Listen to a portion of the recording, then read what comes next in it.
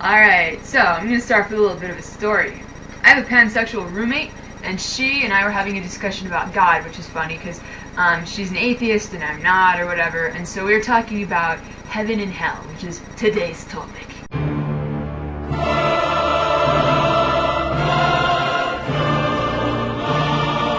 She asked me straight up, okay, according to Mormon theology, am I going to go to heaven or am I going to go to hell? Because I'm not heterosexual, I'm pansexual. That's what she said. And I didn't even have to think about it. I didn't even have to blink. I was like, no, you're not going to hell. That's ridiculous. And it kind of took her a moment. She's like, really? Really? So I'm going to discuss why that is. Gay people aren't really going to hell. So why is the Mormon Church all about, well, I don't even want to say it, but just about gay people, about non-heterosexuals. I got to teach this a lot on my mission, but I always tried to make it relatable, but I've never got to teach it in elite, so I'm totally doing it in elite. So, this is kind of the idea of Mormon heaven. Mormons don't believe, okay, I know it's a crazy, weird triangle, I'm going to have to tell you what these different things mean, but Mormons don't believe in a binary heaven or hell. Think that everyone's different. And so because everyone's different, everyone's going to have different degrees of reward that God is going to give them. Mormons like to think of the positive when it comes to this, not necessarily like God's going to give you varying degrees of damnation and hellfire, more as it is, well, you know what, you've done something good in your life, God's going to give you as much as He possibly can, and you're just, wherever you end up is going to be totally right for you, and you're going to be happy. So, the idea, and this is all very vague in Scripture, is STFU is like the bottom level of heaven, and that's where basically all the really awful people go. Meh is the middle, where people who are kind of meh in life go, and then Woot is where all the completely awesome people go. And that encompasses everybody, regardless of where you were born, what religion you happen to be, what gender, what orientation, everything. Anyone who's ever been born will fit somewhere in this little triangular spectrum of awesome. So where does the conflict come in? Well, it comes into play right up here. At the very, very, very tippy top, we have OMG hacks. That's like the most that you could possibly receive. The best of the best. The creme de la creme. Or whatever you say. You just need to be an awesome person, and you need to be worthy to be heterosexually married in a Mormon temple. See, all of this is vague. In Scripture, this is really, really vague. Like, I'm describing these three things, these three sections, like they're actual places, when really they're just abstract ideas. It's kind of exclusive. This top degree is pretty much exclusive to people who are heterosexual.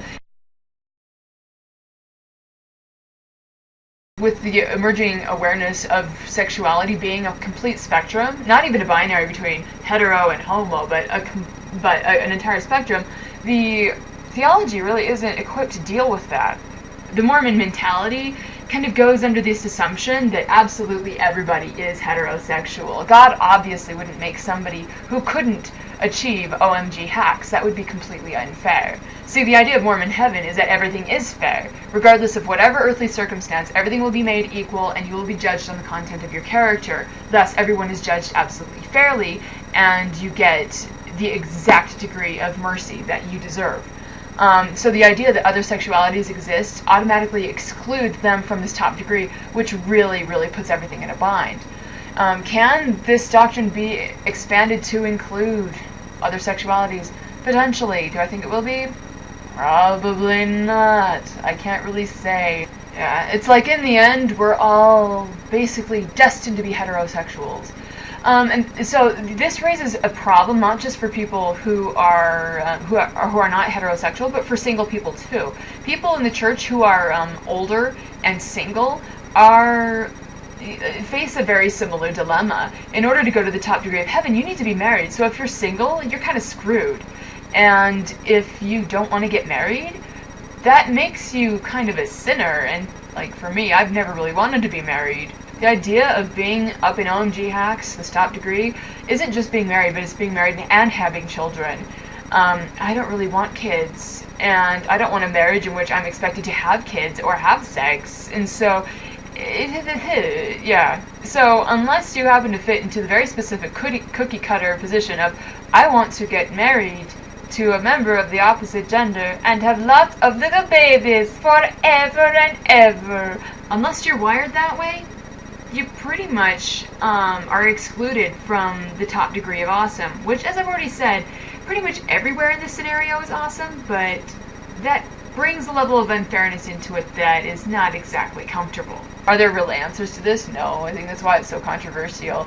I mean, you'll ask people about non-heterosexuality, and they'll throw out a couple bullcrap scriptures at you, like, oh, well, it says in Sodom and Gomorrah, and the thing is, if Christ, okay, everything in the Mormon religion is based off of stuff that Christ said and did, and if Christ really had a hugely strong opinion on this, he would have talked about it, and he didn't. He didn't talk about it in the New Testament, he didn't talk about it in the Book of Mormon, and yes, you can go back to the old Levitical laws, but trust me, you can't really accept Levitical laws modern day, because, you know, for every one that you say, oh, gays are going to hell, yeah, well, read all the other ones. Okay, the way I see it, if you're gonna live by that old Levitical law, you have to take the whole package. I think if I were to really try and buckle down and commit to saying some sort of interpretation that I have about all this now, is that if heaven is kind of even vaguely according to the Mormon definition, I would like to think that this much is still true. Like, I've never liked the idea of binary heaven and hell, and one of the things that attracted me to Mormonism is the idea that everyone gets exactly what they deserve, and regardless of circumstance, that all things are eventually equalized. I like that idea. I do. If there's going to be a big fatty judgment, I better get judged fairly, and everyone better be judged fairly, without some weird binary being involved. So I would like to think that that is still true. As far as the top degree of the OMG Hacks Kingdom, being defined by your sexual orientation and activity, from my opinion right now, we're going to leave that. Don't like it. Because it excludes me naturally. Naturally, I cannot go to the OMG Hacks. Unless, of course, I were to live my entire life, like, as a lie. Yeah, that sounds like a whole lot of fun. Even though I'm not attracted to anybody, how about I get married?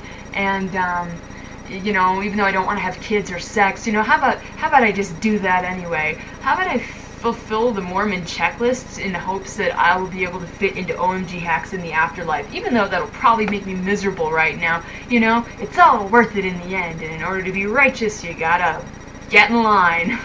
I'm not bitter. I'm not bitter. Not at all. See, look at this. I'm smiling. I'm not bitter at all. It's all good, you know?